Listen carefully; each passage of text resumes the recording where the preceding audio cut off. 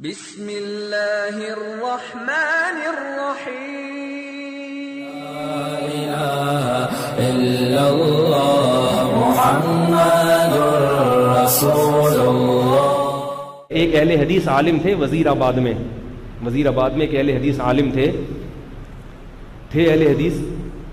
ایک صاحب نے مجھے بتایا کہ میں نے ان کے ساتھ 25 سال کھڑے ہو کر نماز پڑھی ہے رفع الیدین کے بغیر۔ انہوں نے پوری زندگی میں ایک بار بھی مجھے نہیں ٹوکا۔ کہہ رہے ایک دن کسی نے ان کو کہا کہ حضرت یہ آپ کے ساتھ کھڑے ہو کر نماز پڑھتا ہے، اتنا اس کو عقیدت بھی ہے آپ سے اور رفع الیدین نہیں کرتا، تو آپ اس کو ٹوکتے کیوں نہیں ہو؟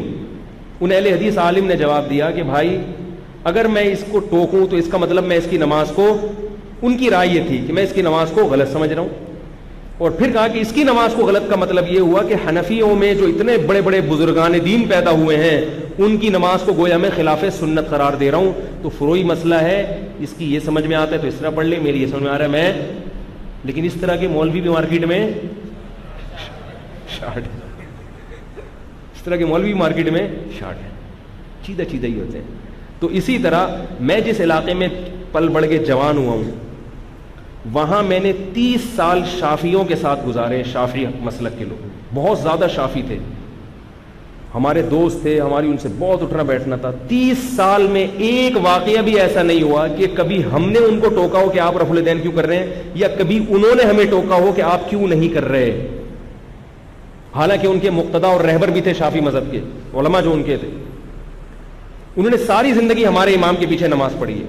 کبھی ہمارے امام نہیں ہوتے تھے تو ان کو ہم آگے کر دیتے تھے، وہ پھر کیا کرتے تھے اپنے اسٹائل میں نماز پڑھاتے تھے، زور سے بسم اللہ پڑھتے تھے، رفع الیدین کرتے تھے۔ ہمیں کبھی ذرہ برابر خیال بھی نہیں آیا۔ ہم نے اپنے ابا سے ایک دن پوچھا، ابا نے کہا بھائی سب صحیح ہے، وہ اپنے علماء سے پوچھ گئے سب صحیح ہے۔ بعض شر پسندوں نے کوشش کی کہ بھائی شافیوں کی الگ مسجد بناؤ، ان کے عالم کے پاس گئے، انہوں نے کہا کیوں بنائیں، یہ کہ مسلمان نہیں ہیں ان کے لوگ، کیا مسلمان نہیں ہیں، نہیں پڑھیں گے ہم لوگ، کیوں الگ؟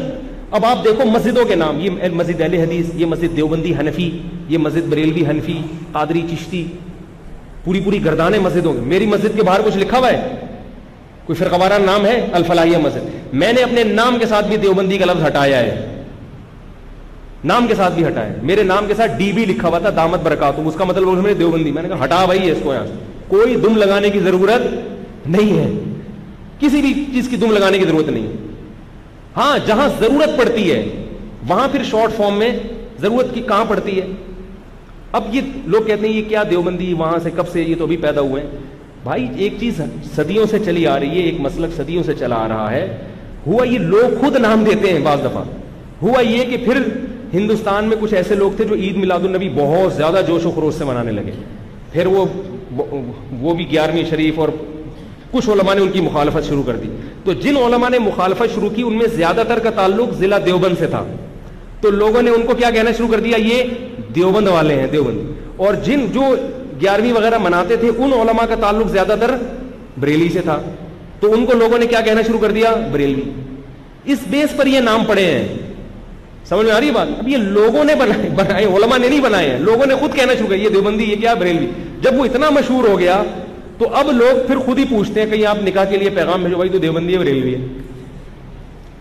اب اس کے سامنے یہ تقریر تھوڑی کریں گے ہم بیٹھ کے دیوبندی بریلوی نہیں ہوتا، یہ تو کچھ بھی نہیں ہے، اصل تو اسلام میں۔ وہ کہے گا بھائی تو حلوے مانڈے کرے گا کہ نہیں کرے گا؟